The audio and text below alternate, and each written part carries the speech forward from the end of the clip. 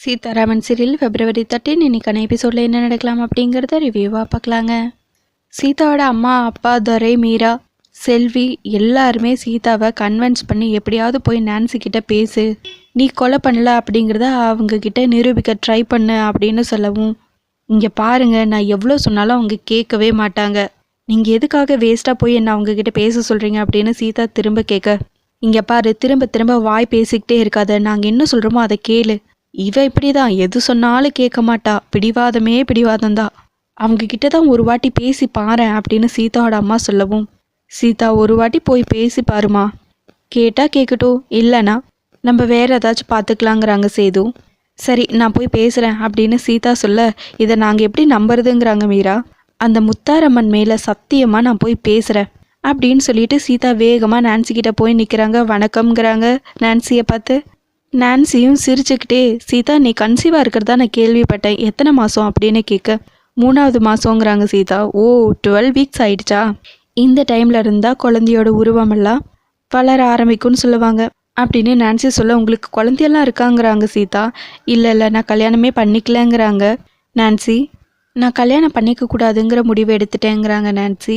நானும் அப்படி தான் இருந்தேன், ஆனால் எப்படியோ ஆயிடுச்சு அப்படின்னு சீதா சொல்லவும், சரி நீ வேற ஏதோ சொல்ல வந்தா அதை சொல்லு அப்படின்னு நான்சி கேட்க, உங்களுக்கு சாமின்னா பிடிக்குமா அப்படின்னு சீதா கேட்கவும், இப்போ தான் நான் ப்ரேயர் பண்ணி முடித்தேன் அப்படின்னு நான்சி சொல்ல, எனக்கு அம்மன்னா ரொம்ப பிடிக்கும், கோயில் திருவிழாவில் அம்மன் வேஷம் போடுவேன், அந்த முத்தாரம்மன் மேலே சத்தியமாக சொல்கிறேன் நான் மகாலட்சுமியை கொலை பண்ணலை, எனக்கு அவங்க மேலே கோவம் இருந்தது நிஜம்தான், நான் அவங்கள கொலை பண்ணணும்னு நினச்சதும் நிஜம்தான், ஆனால் நான் பண்ணலை, இது அந்த முத்தாரம்மன் மேலே சத்தியம் அப்படின்னு சீதா சொல்லவும், நீ கொலை பண்ணலைன்னா உனக்கு தண்டனை கிடைக்காது, நீ கொலை பண்ணனெல்லாம் சொல்ல கிடையாது, எஃப்ஐஆர் தான் சொல்லுது, ஐபிஎஸ் ராம் தான் நீ கொலை பண்ணியிருக்க அப்படின்னு சொல்லி உன் மேலே எஃப்ஐஆர் போட்டு வச்சிருக்காரு அப்படின்னு நான்சி சொல்லவும், நீங்கள் எனக்கு தண்டனை வாங்கி கொடுக்கறதுக்காக தானே லண்டன்லேருந்து கிளம்பி வந்திருக்கீங்க, ஒருவேளை நான் கொலை பண்ணலன்னு தெரிஞ்சதுன்னா அப்போ மகாலட்சுமியை யார் கொண்டாங்களோ அவங்களுக்கு தண்டனை வாங்கி கொடுப்பீங்களா, அவங்கள தேடி கண்டுபிடிச்சி அதை நிரூபிப்பீங்களா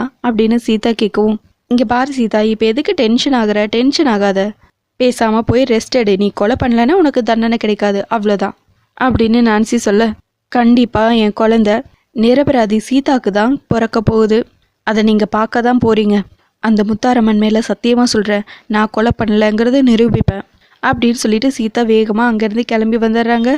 சீதா வெளியே வரதை பார்த்ததுமே சேது மீரா துரைன்னு எல்லாரும் வந்து, பேசிட்டியா, என்னம்மா பேசிட்டேன், கோவப்படாமல் பேசினியா அப்படின்னு கேட்கவும், நான் பேச வேண்டியது எல்லாமே பேசிட்டேன், அவங்கக்கிட்ட நான் எவ்வளவோ எடுத்து சொல்லிட்டேன் நான் கொலை பண்ணலன்னு, ஆனால் அவங்க அதை காது கொடுத்தே கேட்க மாட்டேங்கிறாங்க, அவங்க மகாலட்சுமி தங்கச்சி தானே, என்ன அவங்க கோவமாக பேசுவாங்க, இவங்க கோவப்படாமல் பொறுமையாக பேசுகிறாங்க, ஆனால் அவங்கக்கிட்ட இருக்கிற அதே குணம் அகம்பாவம் எல்லாமே இவங்கக்கிட்டேயும் இருக்குது, நான் அவங்கக்கிட்ட சொல்லிட்டு தான் வந்திருக்கேன், நான் கொலை பண்ணல, என் வயிற்றில் வளர போகிற குழந்த எந்த தப்பும் பண்ணாத நிரபராதி சீதாக்கு தான் பிறக்க போகுதுன்னு சொல்லிட்டு வந்திருக்கேன், எல்லாத்தையும் அந்த முத்தாரம்மன் பார்த்துப்பா அப்படின்னு சொல்லிட்டு சீதா வேகமாக ரூம்குள்ளே போயிடுறாங்க. நான் எல்லாத்துக்கும் ரெடியாக இருக்கேன்னு சொல்லிட்டு அடுத்ததான் எல்லாருமே உட்காந்து சாப்பிட்டுட்டு இருக்காங்க.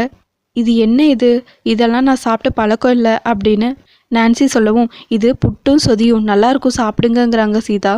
சாரி எனக்கு இதெல்லாம் பழக்கம் இல்லை அப்படின்னு சொல்லிட்டு புக்கை படிச்சுட்டே இருக்காங்க நான்சி. சாப்பிடும்போது புக்கை படிக்கக்கூடாதுன்னு சொல்லியிருக்காங்க அப்படின்னு சீதா சொல்லவும், யார் சொன்னாங்கங்கிறாங்க நான்சி. எங்கள் அப்பா அப்படின்னு சொல்ல, ஓகே எனக்கு சாண்ட்விச்சும் ஒரு ஆம்லேட்டும் வேணும் அப்படின்னு நான்சி கேட்க, இன்றைக்கி கிருத்திகை நாங்கள் நான்வெஜ் எல்லாம் சமைக்க மாட்டோம் அப்படின்னு அர்ச்சனா சொல்லவும், சரி நீங்கள் சமைக்க வேணால் சாப்பிட வேணாம், ஆனால் நான் சாப்பிடுவேன் அப்படின்னு நான்சி சொல்ல, சரி நான் போய் செஞ்சு எடுத்துகிட்டு வரேன் அப்படின்னு சொல்லிட்டு சீதா போய் எல்லாத்தையும் செஞ்சு எடுத்துகிட்டு வந்து நான்சிக்கு கொடுக்குறாங்க. சாப்பிட்டு பார்த்துட்டு எப்படி இருக்குன்னு சொல்கிறதுக்குள்ளேயே அர்ச்சனா எப்படி இருக்குங்கிறாங்க.